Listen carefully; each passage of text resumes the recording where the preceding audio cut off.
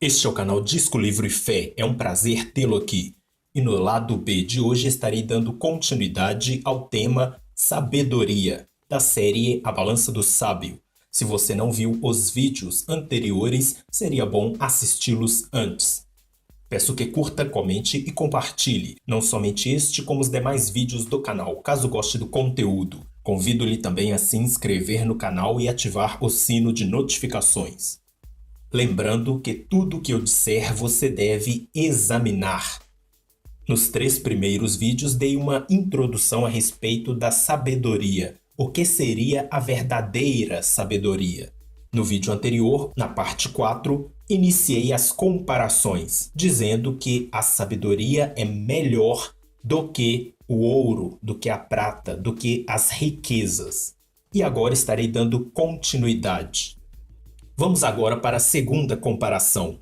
Em Eclesiastes 9, do verso 14 a 18, diz: Havia uma pequena cidade de poucos habitantes. Um rei poderoso veio contra ela, cercou-a com muitos dispositivos de guerra. Ora, naquela cidade vivia um homem pobre, mas sábio, e com sua sabedoria ele salvou a cidade. No entanto, ninguém se lembrou daquele pobre. Por isso pensei, embora a sabedoria seja melhor do que a força, a sabedoria do pobre é desprezada, e logo já não se dá atenção às suas palavras. As palavras dos sábios devem ser ouvidas com mais atenção do que os gritos de quem domina sobre tolos. A sabedoria é melhor do que as armas de guerra, mas um só pecador destrói muita coisa boa. Tradução não é uma coisa fácil de fazer.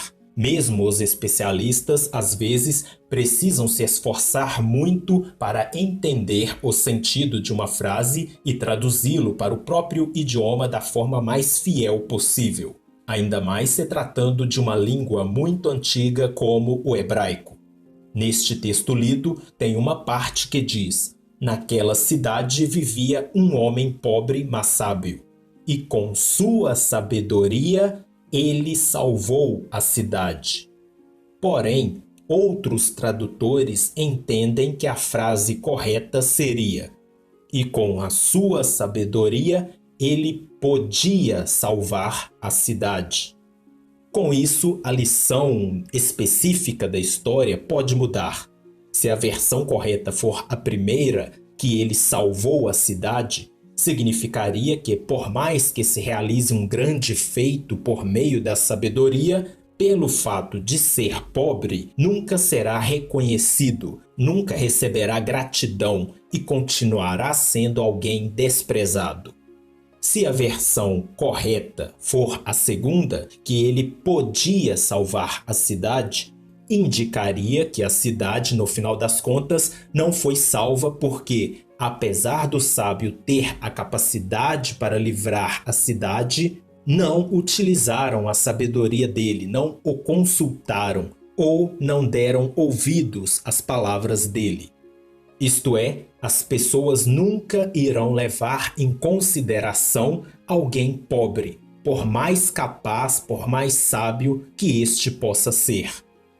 Particularmente, tenho uma leve impressão de que a segunda versão é mais correta. Porém, como não sou nenhum especialista, tratarei o texto conforme a primeira versão, porque é assim que eu vejo que está na maioria das traduções. Em todo caso, por mais que a lição específica da história possa mudar dependendo da versão, a lição geral da história não muda. É a mesma para ambas, que a sabedoria é melhor do que as armas de guerra, melhor do que a força, e de que a palavra do sábio deve ser ouvida, mais do que os gritos de quem domina sobre tolos. O sábio conta esta pequena história de uma cidade que foi salva, ou podia ser salva, graças à sabedoria de um homem pobre, E mesmo assim, ninguém dava valor a este homem, ninguém o levava em consideração.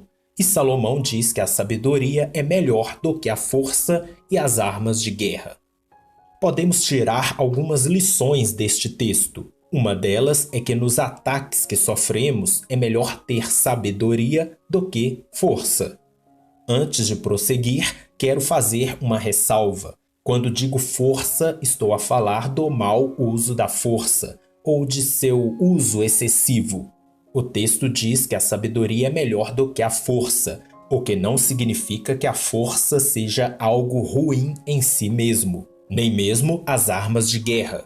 Se uma nação violenta atacar uma nação pacífica e inocente por puro desejo de dominação, esta última não deve ficar de braços cruzados, esperando sua família e seu povo serem totalmente destruídos. Mas, infelizmente, porém necessária e legitimamente, deverá usar de armas para se defender.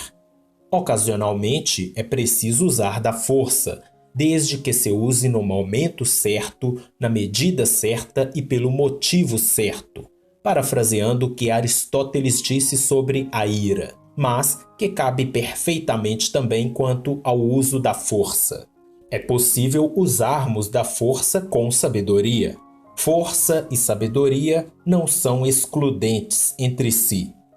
O problema é que, em minha opinião, é preciso usar a força somente em 5% das ocasiões, mas geralmente usa-se em 50% delas, e ainda numa intensidade exacerbada, e nem sempre pelos motivos corretos. Isso porque falta sabedoria. De nada adianta nós termos as melhores armas, ou seja, os melhores recursos, se não tivermos sabedoria para nos livrar das situações adversas. Pense comigo, do que adiantaria alguém ter os ingredientes da melhor qualidade para fazer um bolo se este não souber cozinhar bem? Do que adiantaria alguém estar no meio de uma tempestade em alto mar com o melhor barco se este não souber velejar bem? É preciso sabedoria para velejar no mar desta vida e vencer as tormentas. Já falei nos vídeos anteriores que o fundamental da sabedoria é o temor a Deus. Como diz em Provérbios 1, verso 7, o temor do Senhor é o princípio da sabedoria. Mas também disse que a sabedoria envolve muitas outras coisas, como o intelecto, o comportamento, etc.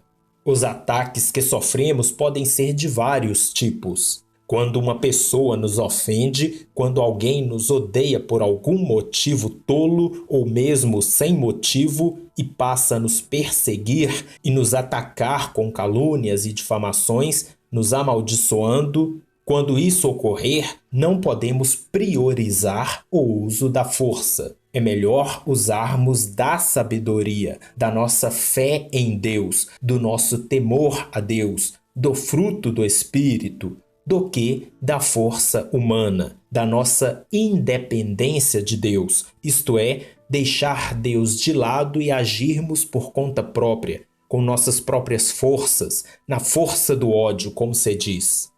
Lembro-me da história de Davi contra Golias. Golias era um homem de guerra que media 6 côvados e 1 palmo, o que equivale a 2 metros e 90 centímetros de altura, quase 3 metros, se é que isso não se trata apenas de uma hipérbole do autor. Independente disso, o fato é que todos temiam a ele pela sua alta estatura e força. Já Davi não tinha muita força, ele nem ao menos usou a armadura, pois era muito pesada para ele e mal conseguia se mover com ela. Repare que Golias tinha muito mais força do que Davi e mais recursos. Ele usava armadura e espada. Entretanto, Davi usou a sabedoria ao enfrentá-lo. A sabedoria verdadeira, que envolve todas as áreas do ser humano. Vemos isso no fundamento da fé, quando Davi disse: Quem é este filisteu incircunciso para desafiar os exércitos do Deus vivo? Hoje mesmo o Senhor o entregará nas minhas mãos. Toda a terra saberá que há Deus em Israel. E não é por espada ou por lança que o Senhor concede vitória, pois a batalha é do Senhor. E vemos a sabedoria passar pelas outras áreas. Lembra-se que em Provérbios 8 é dito que a sabedoria odeia o mal? E uma das coisas citadas é o orgulho.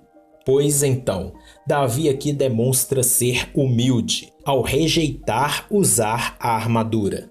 Talvez você possa achar que é o contrário, que isso era uma demonstração de orgulho. Mas não, de forma alguma. Davi demonstrou humildade antes de tudo por atribuir a vitória a Deus de antemão. E além disso, a rejeição da armadura era um reconhecimento de suas fraquezas, de suas próprias limitações. Ele poderia ter utilizado a armadura, mesmo não conseguindo se mover direito com ela, por orgulho, para não ser porventura zombado, para querer mostrar que era forte, não sendo. Mas foi humilde em reconhecer e demonstrar sua impotência. Outro sim, percebemos a sabedoria de Davi passando pelo seu intelecto ao elaborar sua estratégia. E até vemos humildade nisso também. Davi sabia que em um combate corpo a corpo ele não teria chance alguma contra Golias. Então, inteligentemente, decidiu-se pelo ataque a longa distância, lançando uma pedra. Isso me lembra uma frase que o Chapolin Colorado disse certa vez. Esteve a ponto de me derrotar, mas ficou mais uma vez comprovado que a força bruta nunca poderá vencer a inteligência. Não é mesmo? É bem verdade que ele disse isso quando havia lutado com um ser inanimado, uma múmia, mas a frase não deixa de ser muito verdadeira. E vemos a sabedoria de igual forma passando pela atitude e comportamento de Davi, ao demonstrar coragem para enfrentar o inimigo e habilidade e precisão para atacar na forma proposta, a qual adquiriu em sua experiência em batalhas passadas contra animais selvagens e ferozes, como o próprio relatou no texto. Enquanto isso, Golias não tinha sabedoria, pois não temia ao Deus verdadeiro, invocava seus falsos deuses e amaldiçoava Davi. E como a sabedoria odeia o falar perverso, como diz em Provérbios 8, só reforça que Golias não tinha sabedoria.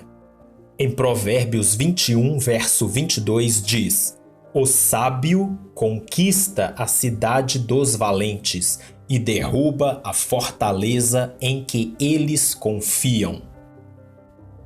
E essa sabedoria de Davi, que envolve sua fé e temor a Deus, seu raciocínio, seu caráter, sua humildade, sua coragem, seu comportamento e sua experiência de vida, derrotaram o valente Golias e transpassou a fortaleza em que ele confiava, que eram seus falsos deuses, sua força, estatura, armadura e espada.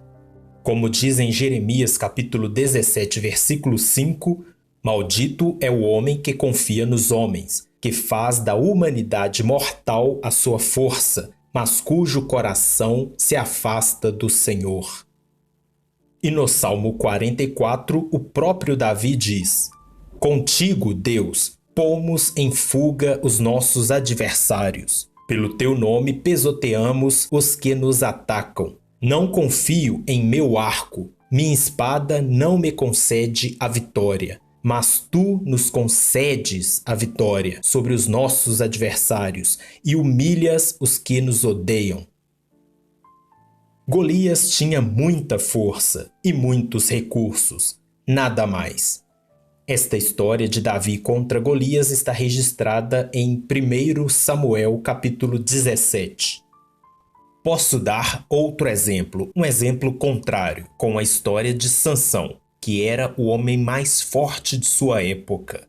Sua força era fora do comum, no entanto, ele foi perdendo o temor a Deus e cometendo muitos erros, muitos pecados. Com isso, a sabedoria lhe escapou ao ponto de ser enganado por uma mulher chamada Dalila, a quem acabou revelando o segredo de sua força.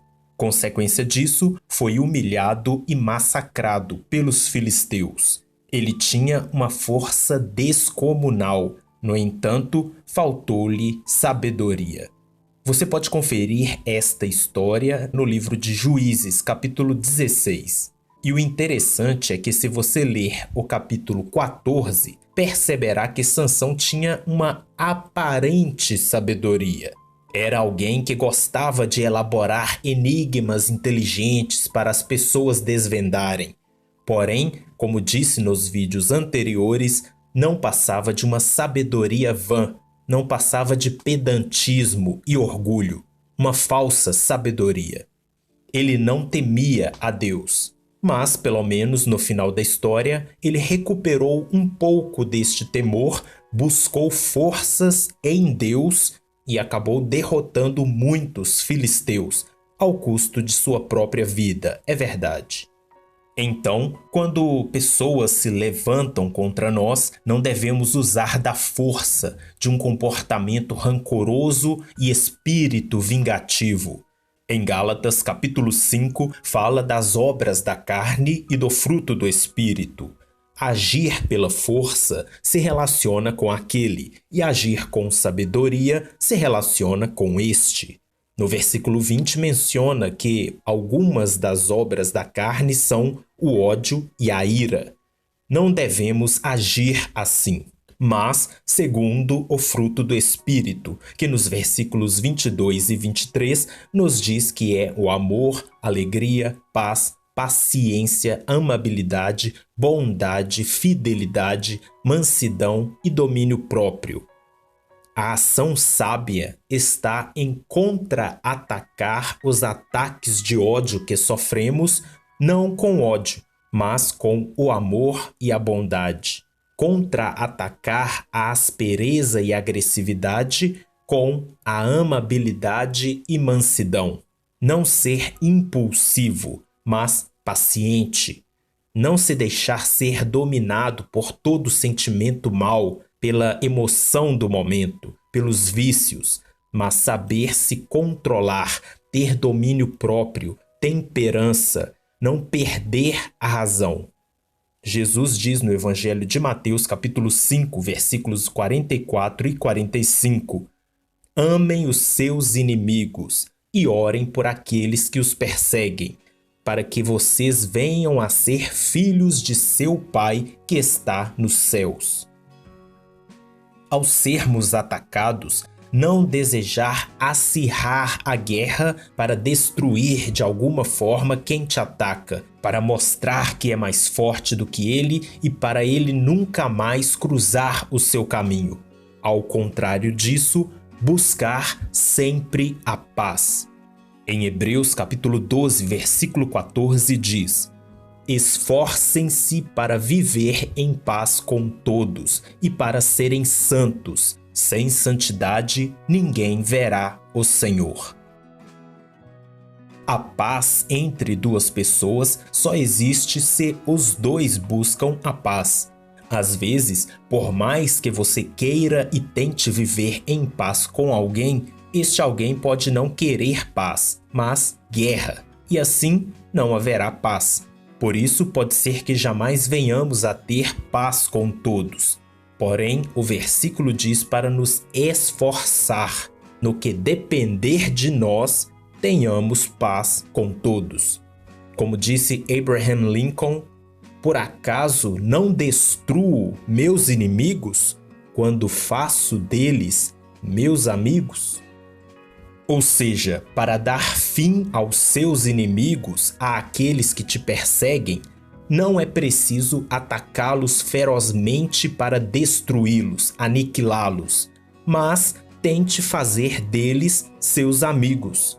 Assim, você não somente terá um inimigo a menos, como terá um aliado a mais, o que é muito melhor. Encerro por aqui, mas no próximo vídeo estarei dando continuidade ao tema Sabedoria, da série A Balança do Sábio. Que a paz seja com você e até o próximo Lado B.